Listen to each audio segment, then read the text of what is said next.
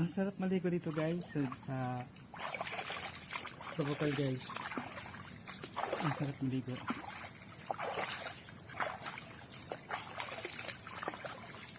Ako lang dito guys naligo guys. Meron na dito na kanina. May matapos sa maligo guys.